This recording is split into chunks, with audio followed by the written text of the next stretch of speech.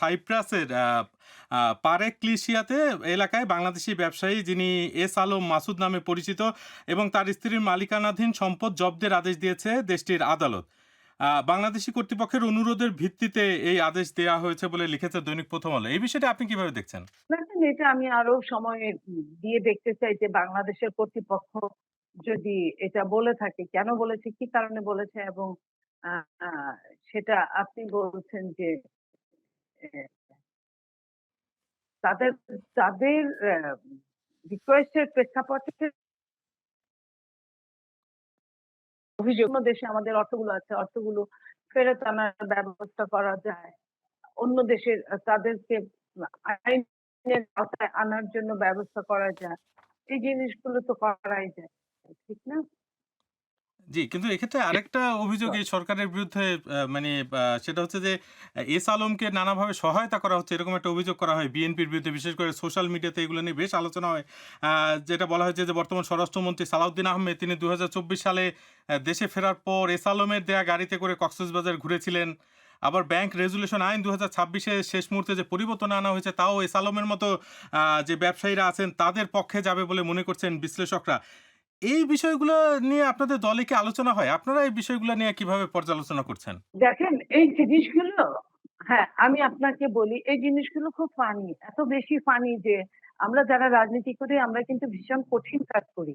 সেই ফানি জিনিসগুলো বলতে আমার খুব লজ্জা লাগে, কারণ আমি আপনাকে দিয়েও যদি প্রমাণ দিই, আপনি এখানে গেলেন যেখানে আপনার জন্য ১,০০০ লোক মিনিমাম দাঁড়িয়ে আছে, সেইখানে ১,০০০ মানুষের চেহারা কিন্তু এর মধ্যে খুব চেনা যায়, এরকম প্রায় সব চেহারাগুলো একই রকম থাকবে, উৎফুল্ল দৃষ্টিতে তাকিয়ে আছে। সেই গাড়িগুলো ঠিক তেমনই, যার যার জন্য দাঁড়িয়ে আছে লাইনে ১০০টা গাড়ি, এখন কোন গাড়িতে উঠে গেল, গাড়ির মালিক কে ছিল না, তার কিন্তু এটা জানার কথা না। এটা আপনার কাকতালীয় ভাবেই আপনি ধরতে পারেন। কিন্তু আপনি একটা জায়গায় গিয়ে কোন গাড়িতে উঠবেন সেটা আপনি জানবেন না আগে? মানে আগে খেয়াল করবেন না? যে আমি কার গাড়িতে উঠছি? আপনার নিজের নিরাপত্তার বিষয় তো রয়েছে। আমি শোনেন, আমি তো ৯ বছর ১০ বছর থাকি না। আপনি আপনি আপনি লেট মি ফিনিশ। আমি তো ৯-১০ বছর থাকি না দেশে। আমার জন্য কেউ না কেউ, কোনো না কোনো বন্ধু-বান্ধবরা গাড়ি নিয়ে আসবে। যখন একই রথিক গাড়ি থাকে, আমি যেকোনো একটা, এমন না যে ঝাঁ চকচকে গাড়িতে উঠছে, নতুন গাড়ি। ওটা কিন্তু পুরানো গাড়ি অনেক।